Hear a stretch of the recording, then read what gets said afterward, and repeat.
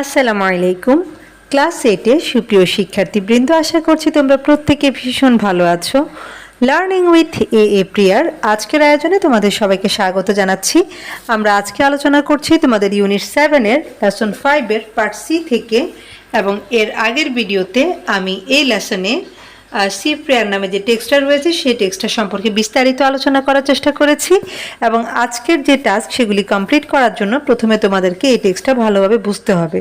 তো তোমরা এখনও যারা টেক্সটটা পড়োনি তারা চাইলে আমার প্লেলিস্টে গিয়ে পড়ে নিতে পারো, এবং তোমাদের সুবিধার্থে প্লেলিস্টের লিঙ্কটা আমি কমেন্ট বক্সে দিয়ে রেখেছি।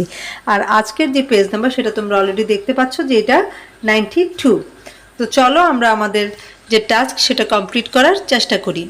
এখানকার ইনস্ট্রাকশানে বলছে ট্রু অর ফলস, অর্থাৎ সত্য নাকি মিথ্যা। ইফ ফলস, যদি মিথ্যা হয়, write down the correct statement, তাহলে কি করবা, সঠিক যে বিবৃতি সেটা তোমরা লিখবা।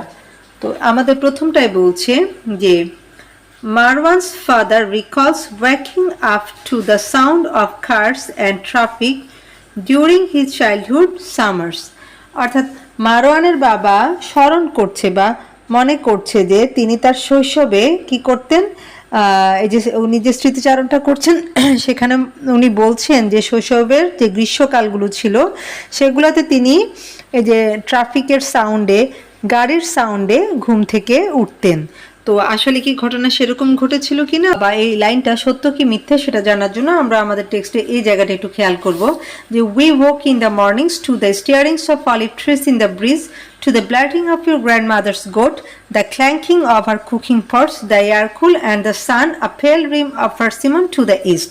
অর্থাৎ এই যে তিনি কি করতেন, এই যে ওনারা যে ভাইরা ছিলেন ওনারা সবাই কিভাবে ঘুম থেকে উঠতেন, যে সকালবেলা যে ঠান্ডা বাতাস বা হালকা বাতাস, হ্যাঁ সেই বাতাসে জলপাই গাছের পাতার যে নড়াচড়া সেটা শব্দ শুনে, তার মায়ের যে ছাগল সে ছাগলের ডাক শুনে, তারপর হচ্ছে তার ওই যে মানে মারওয়ানের যে দাদি মানে উনার মা আর কি, তো উনার এই যে রান্নার হাঁড়ি পাতিলের যে সাউন্ড সেটা শুনে, তারপর হচ্ছে এই যে ঠান্ডা বাতাসে, আর হচ্ছে এই যে পূর্ব দিকে যখন সূর্য উঠছে হলুদ রঙের সেই সূর্যটা দেখে ওনারা ঘুম থেকে উঠতেন, তাই না?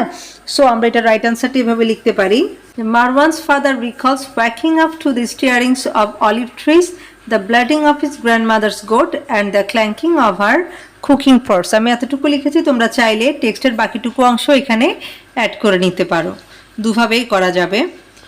এরপর 2 নম্বরে বলছে যে Marwan's father remember showing him a herd of cows when he was a toddler, অর্থাৎ মারওয়ানের বাবা মনে করছে বা স্মরণ করছে যে সে যখন একজন টোডলার ছিল বা ছোট ছিল তাকে হচ্ছে গরুর পাল দেখাতে নিয়ে গিয়েছিল।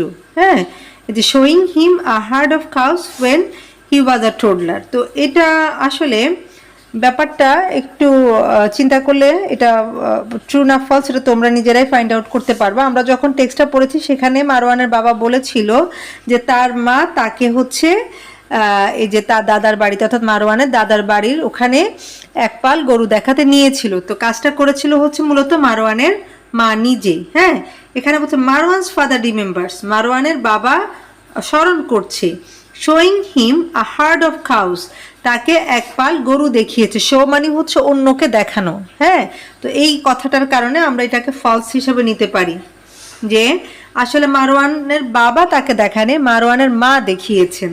সো আমরা এইভাবে লিখতে পারি যে Marwan's father remembers Marwan's mother showing him a herd of cows when he was a toddler, অর্থাৎ মারওয়ানের বাবা স্মৃতিচারণ করে বললেন বা স্মরণ করলেন যে মারওয়ানের মা তাকে এক পাল গরু দেখাতে নিয়ে গেল বা গরু দেখালো যখন সে ছোট বাচ্চা ছিল।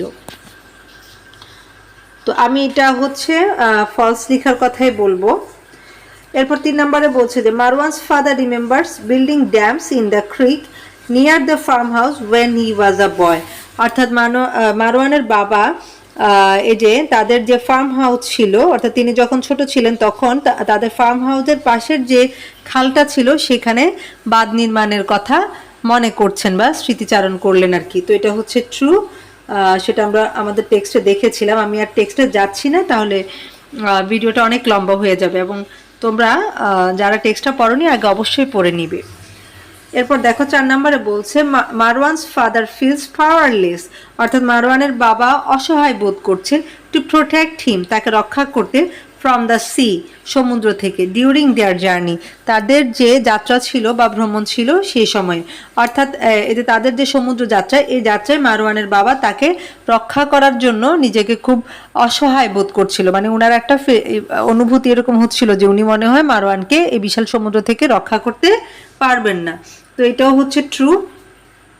এর পরের যেটা, সেটাতে বলছে Marwan's family was taking a trip to the beach for a holiday, অর্থাৎ মারওয়ানের পরিবার ছুটি উপভোগ করার জন্য বিচে বা সৈকতে, সমুদ্র সৈকতে ছুটি উপভোগ করার জন্য একটা ট্রিপ নিচ্ছিল। তো এটা একটা ফলস কথা, কারণ হচ্ছে তারা ছিল রিফিউজি, তারা যুদ্ধবিধ্বস্ত দেশের অধিবাসী ছিল।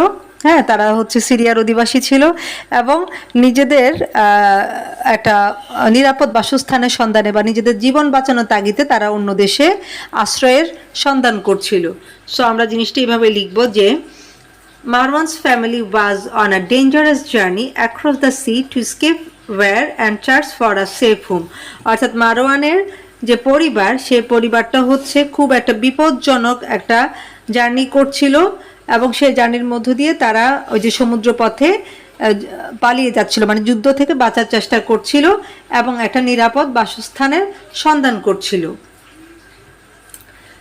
এরপরের যে সেন্টেন্স, সেখানে বলছে মারওয়ানস ফাদার সেস, অর্থাৎ মারওয়ানের বাবা বলল, the old city of Homs had both a mosque and a church, অর্থাৎ মারওয়ানের বাবা বলেছিল যে তাদের যে পুরানো শহর মানে হোমস শহর, সেই শহরে মসজিদও আছে এবং গির্জাও আছে। তো এটা অবশ্যই ট্রু।